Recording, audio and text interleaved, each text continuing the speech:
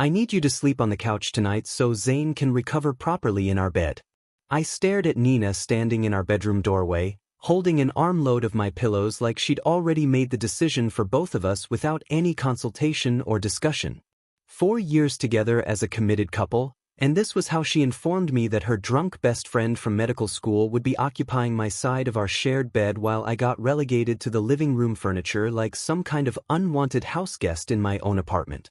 Zane was sprawled across our granite kitchen counter, still wearing his paint-stained artist clothes from his failed gallery opening 3 hours earlier, mumbling incoherently about creative vision and unappreciated genius while Nina fussed over him like he was her most critical patient requiring immediate medical intervention. She launched into her professional physical therapist voice, explaining that he'd mixed his prescribed anxiety medication with too much wine during the opening reception, creating what she called a dangerous pharmaceutical combination requiring constant overnight monitoring and professional supervision. She needed to observe his breathing patterns every hour and check his pulse regularly to ensure he didn't experience respiratory depression or cardiac complications from the potentially lethal drug interaction he'd created through his own poor decision-making at his art event. This level of medical care apparently required immediate proximity and bedroom access, which somehow meant installing him in our private, intimate space while I relocated to the couch like a displaced temporary resident.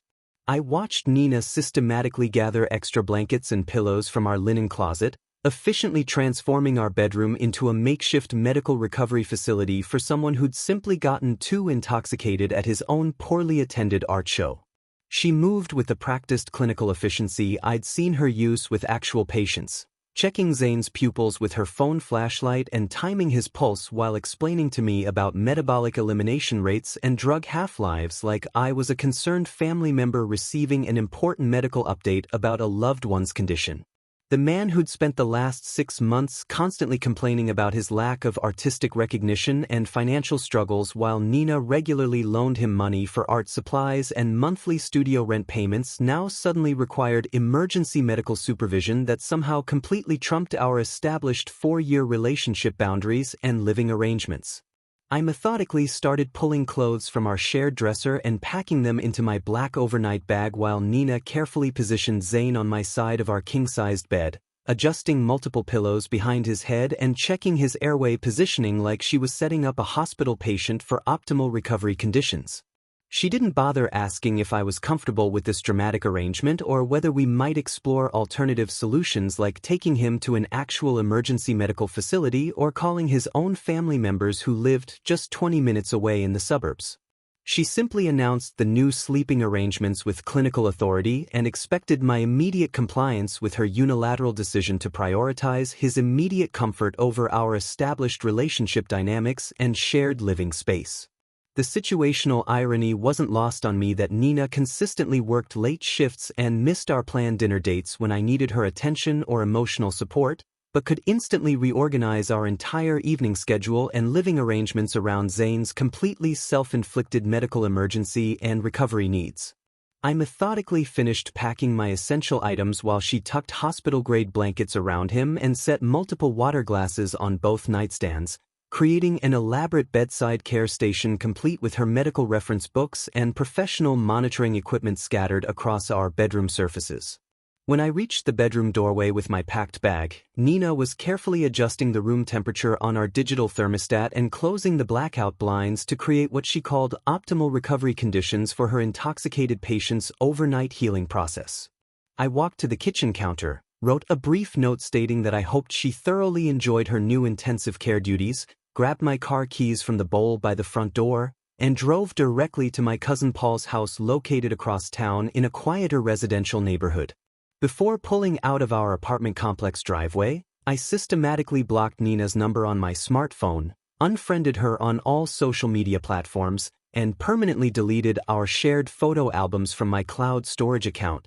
effectively severing all digital connection points between us with decisive finality. The clean simplicity of that comprehensive decision felt remarkably liberating after 4 years of constantly accommodating her increasingly boundary-crossing behavior patterns and consistently putting her emotional needs ahead of basic relationship respect and partnership equality. During the drive to Paul's house, I reflected on how this incident perfectly encapsulated our relationship's fundamental imbalance and Nina's pattern of making unilateral decisions without any consideration for my perspective. As a database administrator who spent my professional life organizing information systems and maintaining logical structures, I recognized the clear pattern of dysfunction that had been developing over months of similar boundary violations.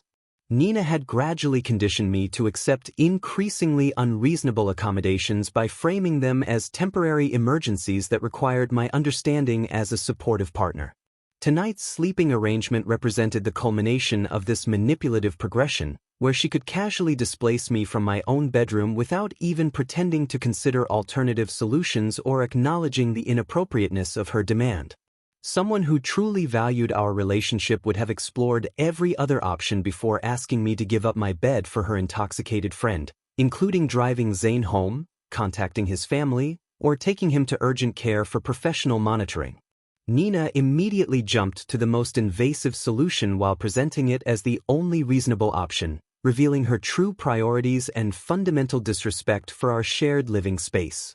Paul's basement apartment offered immediate refuge and perspective on what I'd been tolerating, giving me the emotional distance necessary to process the complete unreasonableness of Nina's expectations.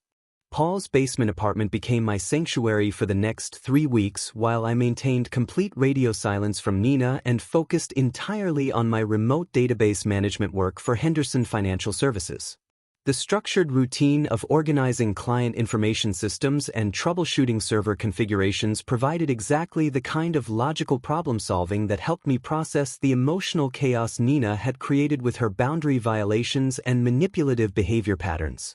I established a productive daily schedule that included morning coffee while reviewing overnight system reports, afternoon client consultations via video conference, and evening documentation updates that kept my professional responsibilities perfectly maintained despite the personal upheaval Nina had orchestrated. The basement apartment's quiet atmosphere and reliable internet connection created an ideal remote work environment that actually improved my productivity and job satisfaction compared to working from our shared apartment where Nina's constant interruptions and emotional demands had regularly disrupted my concentration and professional focus.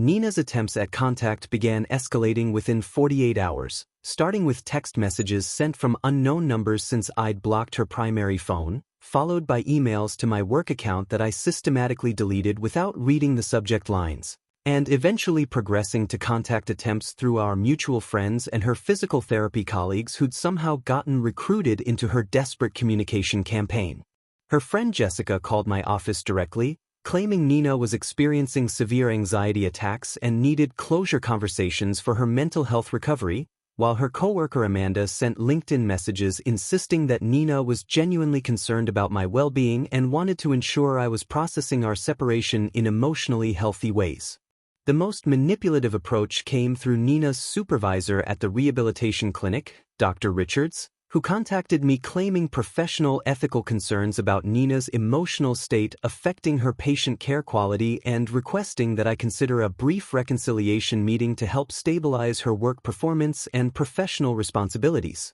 I responded to none of these proxy communications, recognizing them as transparent extensions of Nina's manipulation tactics rather than genuine concerns from independent third parties who understood the actual situation. My cousin Paul provided regular updates about Nina's increasingly desperate social media activity, including Instagram posts featuring elaborate healthy meals she claimed to be preparing for Zane's ongoing detoxification recovery process, complete with detailed captions about nutritional therapy and addiction support that painted her as some kind of medical savior managing a humanitarian crisis requiring professional expertise. These performative posts revealed Nina's calculated attempt to control the public narrative by positioning herself as the dedicated healthcare professional managing a legitimate medical emergency rather than someone who'd chosen to prioritize an intoxicated friend over her committed 4-year relationship and established living arrangements. The posts included photos of expensive organic ingredients and specialized supplements she was allegedly using to support Zane's recovery,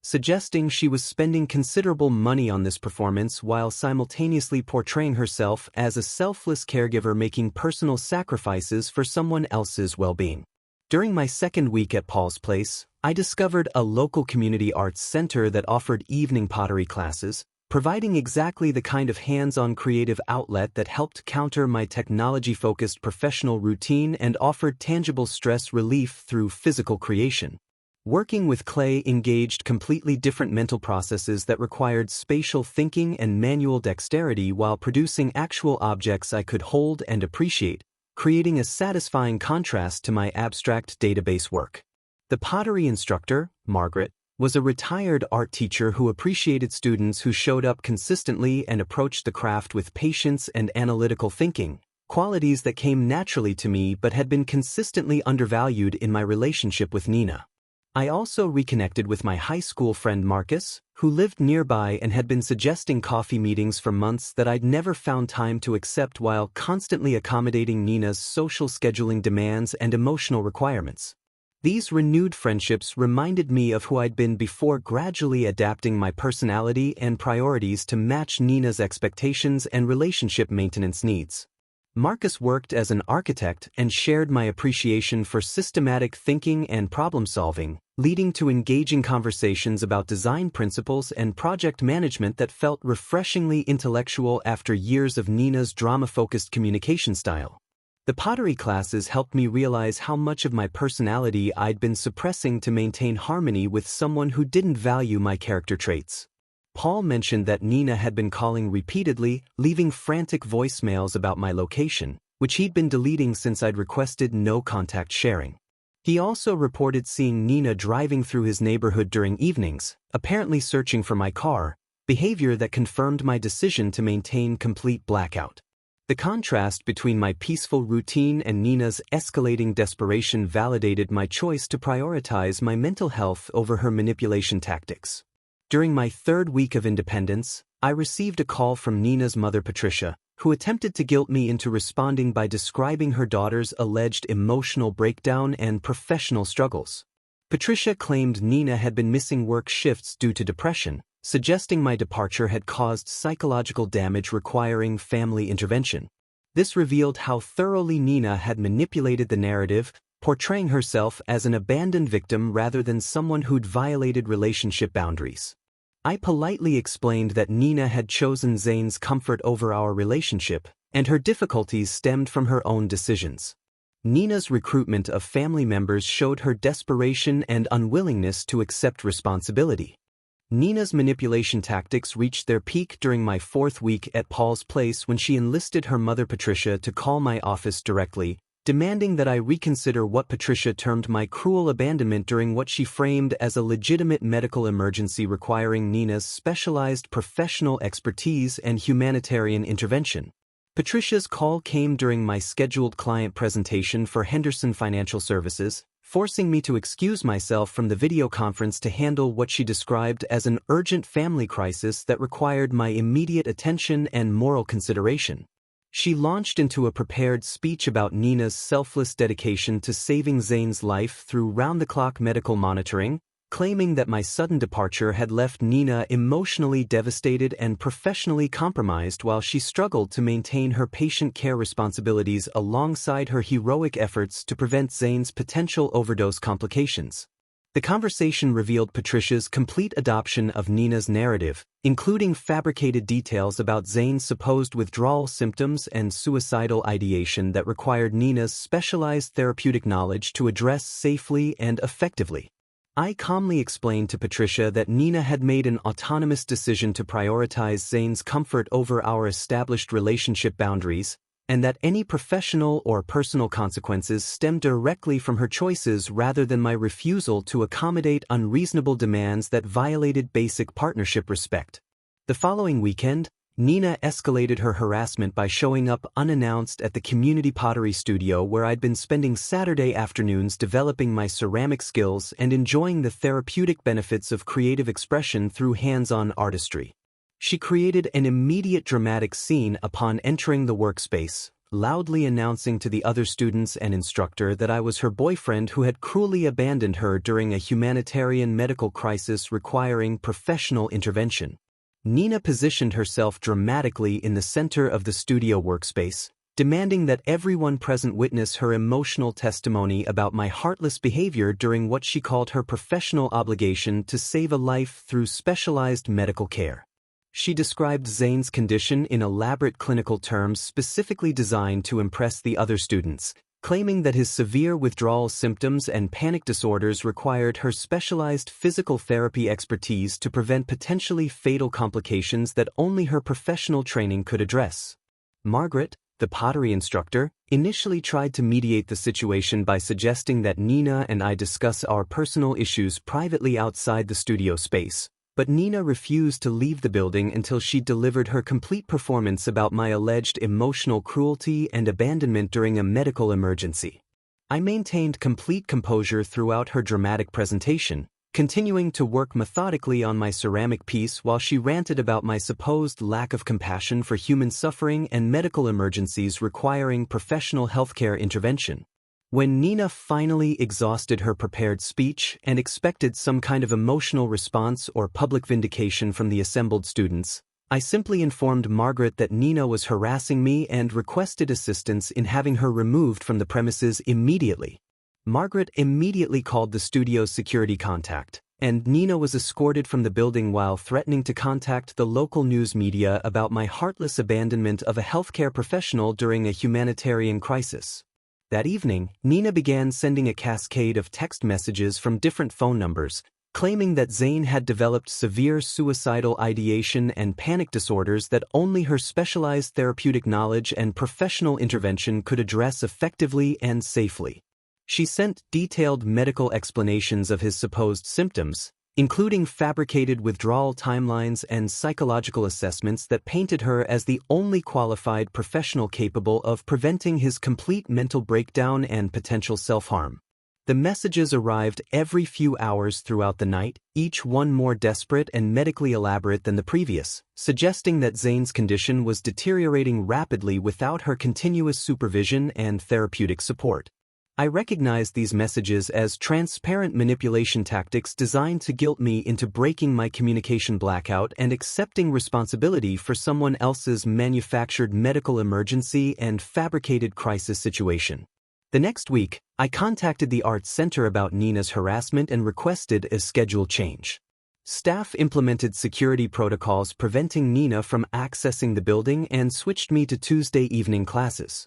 Margaret documented the incident and agreed to alert other instructors. Meanwhile, Nina's harassment intensified as she created fake social media accounts to circumvent my blocking measures, sending messages claiming acquaintances were concerned about my mental health. These messages suggested people were worried about my personality change, implying Nina's friends were organizing an intervention. I systematically blocked each account, recognizing the manipulation tactics, while my no-contact strategy frustrated her attempts at re-establishing communication. Paul reported that Nina had begun calling his workplace, claiming to be a family member needing to verify my emergency contact information, behavior that crossed professional boundaries and demonstrated escalating desperation. She'd also attempted to contact my employer directly, posing as a healthcare professional discussing my psychological fitness for work responsibilities, a move that could have damaged my career if Henderson Financial Services hadn't recognized the call as harassment.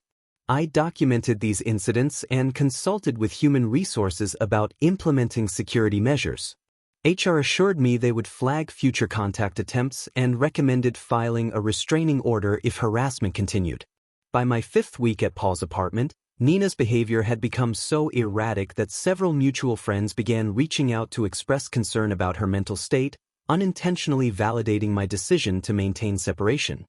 The truth about Zane's real situation emerged during my 6th week at Paul's apartment through an unexpected phone call from his neighbor Mrs. Rodriguez, who'd gotten my contact information from our building's emergency contact list that Nina had apparently provided months earlier.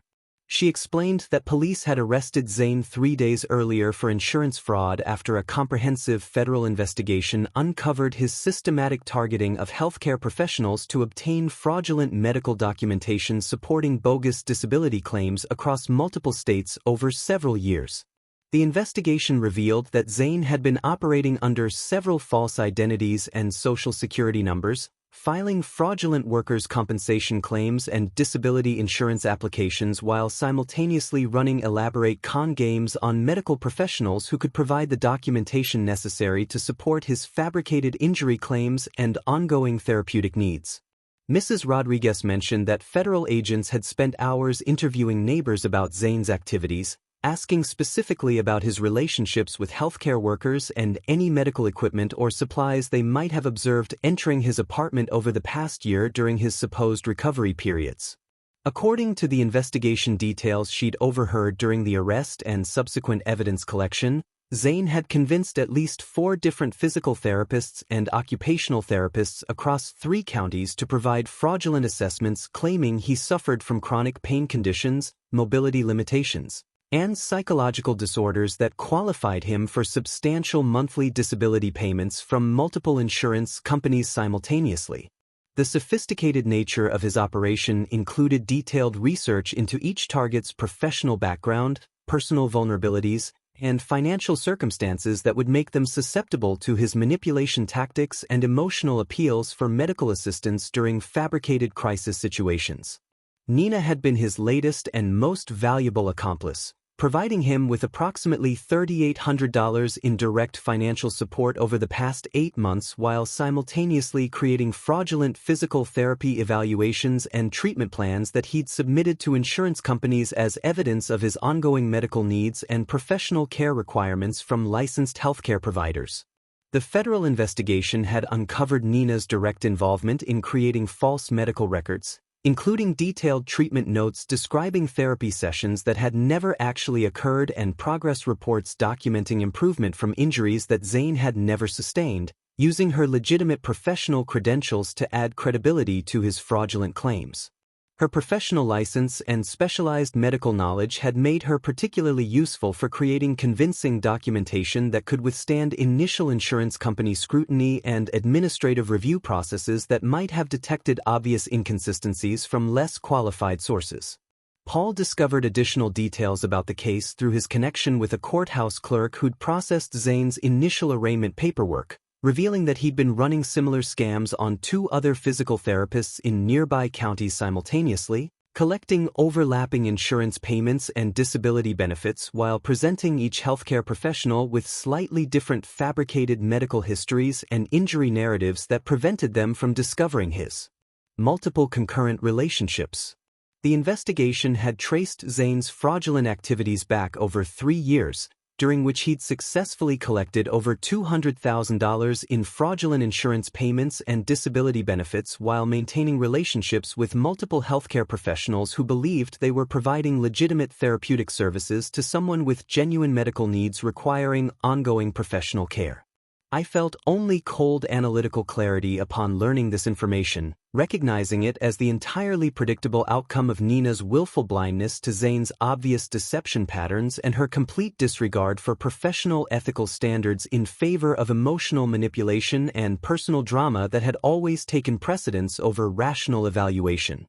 The revelation explained Nina's desperate attempts to maintain control of the narrative through her harassment campaign, as she'd undoubtedly realized that my departure had removed her primary source of emotional support and financial stability just as her professional involvement in Zane's criminal enterprise was about to be exposed through federal investigation. Her frantic social media posts about providing specialized medical care and therapeutic support had been calculated attempts to establish a public record of legitimate professional activity that could potentially mitigate the criminal charges she was likely facing for her role in creating fraudulent medical documentation and insurance fraud conspiracy. The irony wasn't lost on me that Nina's insistence on prioritizing Zane's supposed medical emergency over our relationship had ultimately led to her involvement in serious federal crimes that would destroy both her professional career and her personal reputation while validating every instinct I'd had about maintaining distance from their toxic dynamic and refusing to enable their boundary-crossing behavior patterns.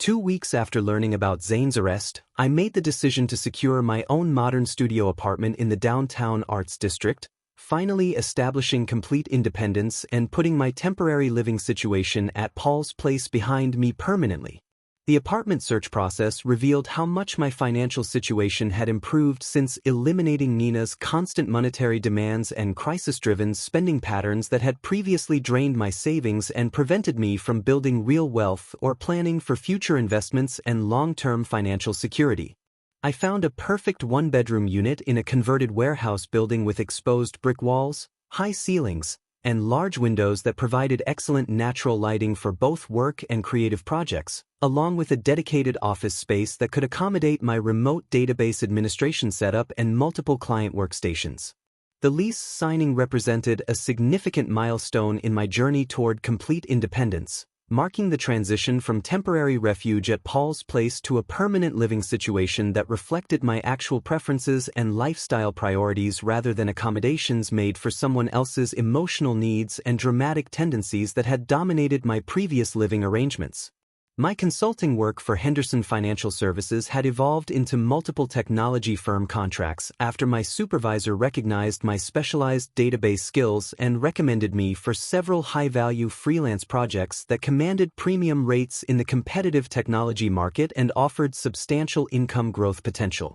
These consulting opportunities provided substantially higher income than my previous salaried position, while also offering the flexibility to work with diverse clients across different industries and expand my professional network beyond the limitations of traditional employment arrangements that restricted my earning potential and career advancement opportunities. During my first month in the new apartment, I joined a weekly board game group that met at a local coffee shop called the Strategy Table, connecting with other technology professionals who shared my appreciation for strategic thinking, logical problem-solving, and intellectual challenges that engaged analytical thinking without the emotional drama that had characterized my previous social circle. The group included software developers, systems analysts, and database architects who understood the satisfaction of solving complex technical problems and appreciated conversations about industry trends, emerging technologies, and professional development opportunities that felt refreshingly straightforward after years of navigating Nina's manipulation tactics and relationship drama.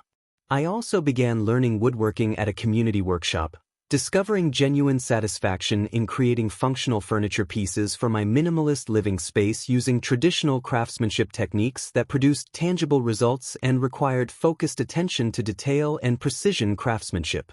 The woodworking classes provided an excellent complement to my pottery sessions, engaging different sets of skills while maintaining the therapeutic benefits of hands-on creative work that helped counterbalance my technology-focused professional responsibilities and offered opportunities to build something permanent and valuable with my own hands. My cousin Paul reported through his courthouse connection that Nina's physical therapy license was now under formal investigation by the state licensing board due to her involvement in creating fraudulent medical documents for Zane's insurance fraud scheme, with potential consequences ranging from license suspension to permanent revocation depending on the scope of her participation in the criminal conspiracy. The licensing board investigation would examine all of Nina's professional activities and client records over the past 2 years, looking for additional instances of fraudulent documentation or ethical violations that might indicate a pattern of professional misconduct extending beyond her relationship with Zane and affecting her treatment of legitimate patients. Paul also mentioned that the investigation had expanded to include Nina's financial records, as federal investigators sought to determine whether she'd received direct payments from Zane in exchange for creating fraudulent medical documentation, which would elevate her charges from accessory to active participation in organized insurance fraud conspiracy. I experienced deep contentment knowing that I was completely severed from the constant crisis management and emotional chaos that had characterized my previous relationship, finally able to focus my energy on building the stable, productive life I'd always wanted without the continuous interruptions and manipulative demands that had prevented me from pursuing my actual interests and goals. The contrast between my peaceful daily routine and Nina's escalating legal troubles provided clear validation of my decision to prioritize my own well-being and maintain strict boundaries rather than enabling her dysfunctional behavior patterns and boundary violations that had ultimately led to serious criminal consequences and professional destruction. My new apartment quickly became a sanctuary of productivity and creativity, where I could work efficiently on consulting projects during the day and pursue woodworking and pottery in the evenings, finally living according to my own values and preferences rather than constantly accommodating someone else's emotional volatility and crisis-driven lifestyle choices. 3 months after moving into my new apartment, Nina appeared at my building's lobby during a Tuesday evening when I was returning from my woodworking class, having somehow tracked down my new address through professional networks or mutual acquaintances who'd been unaware of her ongoing harassment campaign and legal troubles. She looked dramatically different from the confident, manipulative woman I'd left behind months earlier, appearing smaller and more fragile, with dark circles under her eyes and an overall appearance suggesting months of stress and sleepless nights dealing with the mounting legal and professional consequences of her involvement in Zane's sophisticated insurance fraud conspiracy. Nina positioned herself directly in my path as I approached the lobby entrance, clearly having waited for my return with calculated timing that suggested she'd been monitoring my schedule and routine activities for some time before deciding to make this desperate final appeal for reconciliation and support during her crisis. She began speaking immediately upon seeing me, launching into what appeared to be a carefully rehearsed speech about how she'd realized the enormous mistake she'd made by prioritizing Zane over our established relationship and how she desperately needed my help navigating the devastating legal and professional crisis that was systematically destroying her career and reputation in the medical community. Nina claimed that Zane had systematically manipulated and psychologically coerced her into creating the fraudulent medical documentation, positioning herself as a victim of his sophisticated criminal operation rather than a willing participant who'd violated professional ethical standards and federal laws for financial gain and emotional manipulation over many months. She described feeling completely overwhelmed by the complexity of the federal charges she was facing and the licensing board investigation that threatened to permanently destroy her ability to work as a physical therapist, pleading with me to provide a character reference for her upcoming professional hearing that could potentially mitigate the severity of her punishment and help restore her professional credibility. Nina's desperation was palpable as she explained how the mounting legal fees and lost income from her license suspension were creating crushing financial pressure, and how her family relationships had become severely strained due to the shame and embarrassment of her criminal involvement becoming public knowledge throughout her professional community and social circle. She mentioned that several of her former colleagues had distanced themselves from her completely, refusing to provide professional references or character testimony for her defense, leaving her increasingly isolated and desperate for any support that might help salvage what remained of her career and reputation. When I refused to engage with her manipulation tactics beyond basic politeness and declined to provide any assistance or character reference for her legal troubles, Nina's demeanor shifted dramatically from pleading desperation to accusatory anger and emotional manipulation tactics that I recognized from our relationship dynamics. She began claiming that I had been emotionally withholding throughout our entire 4-year relationship, suggesting that my lack of emotional availability and support had contributed to her vulnerable state that made her susceptible to Zane's manipulation and criminal influence during our time together. Nina accused me of never truly understanding her compassionate nature and professional dedication to helping people in need, implying that my analytical personality and boundary-setting behavior had somehow prevented her from receiving the emotional nurturing she needed to make better decisions about her professional and personal relationships. The irony of her accusations wasn't lost on me, as she was essentially blaming me for her own criminal behavior while simultaneously asking for my help in avoiding the consequences of her choices, demonstrating the same manipulative thought patterns and refusal to accept personal responsibility that had characterized our entire relationship dynamic from the beginning.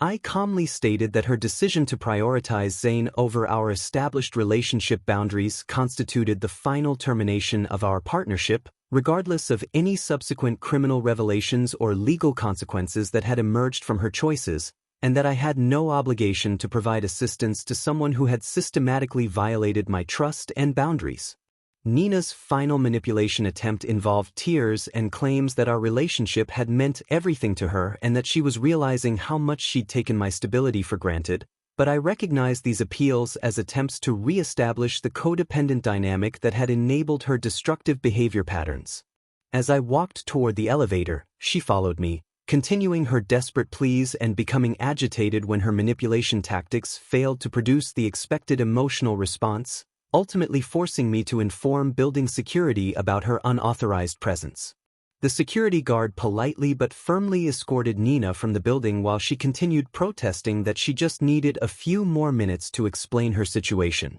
That evening, I contacted my lawyer to discuss filing a restraining order if harassment continued, documenting this incident as unwanted contact despite clear communication that the relationship was permanently terminated. 8 months later, I encountered Nina at the downtown farmers market near the courthouse where her professional licensing hearing had resulted in a 2-year license suspension and mandatory ethics training that would effectively end her career in physical therapy for the foreseeable future. She was sitting alone at a small table outside a coffee shop, staring into a half-empty cup with the distant expression of someone who'd finally grasped the full scope of consequences stemming from her poor decisions and criminal behavior. There was no sign of Zane, no friends accompanying her, just Nina alone with a paperback novel she wasn't reading and that same vanilla perfume hanging in the air like a ghost of the person she used to pretend to be when our relationship provided stability and financial security. I was there to meet Sarah, a systems architect I'd been dating for 3 months, someone I'd connected with through the board game group who shared my appreciation for logical thinking and honest communication without constant drama and manipulation tactics. Sarah was running late due to a client meeting, so I decided to browse the produce stands while waiting, never expecting to encounter Nina in this setting where she looked completely displaced from the confident healthcare professional persona she'd maintained throughout our years together. When Nina spotted me across the market, our eyes met briefly, and I saw recognition followed by something that looked like shame mixed with desperate hope, as if she was calculating whether approaching me might offer some opportunity for reconciliation during what was clearly a devastating period in her life. She opened her mouth as if to call out to me, but seemed to reconsider, perhaps finally recognizing the inappropriateness of attempting contact after everything that had transpired between us and the legal consequences of her actions. I gave her a polite nod, the kind of acknowledgement you might offer to any acquaintance you recognized in public, then continued walking toward the vegetable vendors without breaking stride or showing interest in engaging beyond basic social courtesy. When Sarah arrived 15 minutes later, I mentioned seeing Nina but felt no need to dwell on the encounter or process any complex emotions about her current circumstances, as she had become genuinely irrelevant to my daily life and future planning in a way that felt remarkably liberating. Our mutual friends occasionally provided updates even when I didn't ask, mentioning that Nina was struggling to find healthcare employment due to her criminal conviction and license suspension, and that she'd moved back with her parents while working part-time retail jobs that barely covered basic living expenses. I never responded to these updates beyond polite acknowledgement, as Nina's current struggles and ongoing failure to take accountability were no longer my business or concern, representing a chapter of my life that had been decisively closed. A year to the day after our breakup, my phone displayed a notification for a new follower request on Instagram from an account with Nina's name but a different profile picture showing darker hair and tired eyes that reflected the toll of her legal troubles. I immediately declined the request without examining her profile, as maintaining complete separation remained my priority regardless of how much time had passed. Later that evening, another notification appeared indicating a message request from the same account, which I deleted without reading, having learned that engaging with her communication attempts only encouraged further boundary violations. The last time I heard about Nina was from an old coworker at a holiday party who mentioned she was dating some finance professional and working as a medical assistant, positions representing a significant step down from her previous career level. According to this information, Nina still occasionally mentioned our relationship to mutual acquaintances, referring to me as the one who got away and expressing regret about her choices, though she apparently continued framing the situation as unfortunate circumstances rather than consequences of deliberate actions. I responded to this information with mild interest but no emotional investment, recognizing it as simply another data point about someone no longer connected to my life in any meaningful way. When I thought about Nina now, which happened rarely and only when someone specifically brought her up, I felt analytical detachment that surprised me with its completeness, as if reviewing a client case file rather than recalling someone who'd once shared my living space. The greatest revelation had been discovering that authentic peace came not from harboring resentment or seeking revenge, but from building a life so fulfilling and aligned with my values that the past became genuinely irrelevant to my present contentment and future aspirations.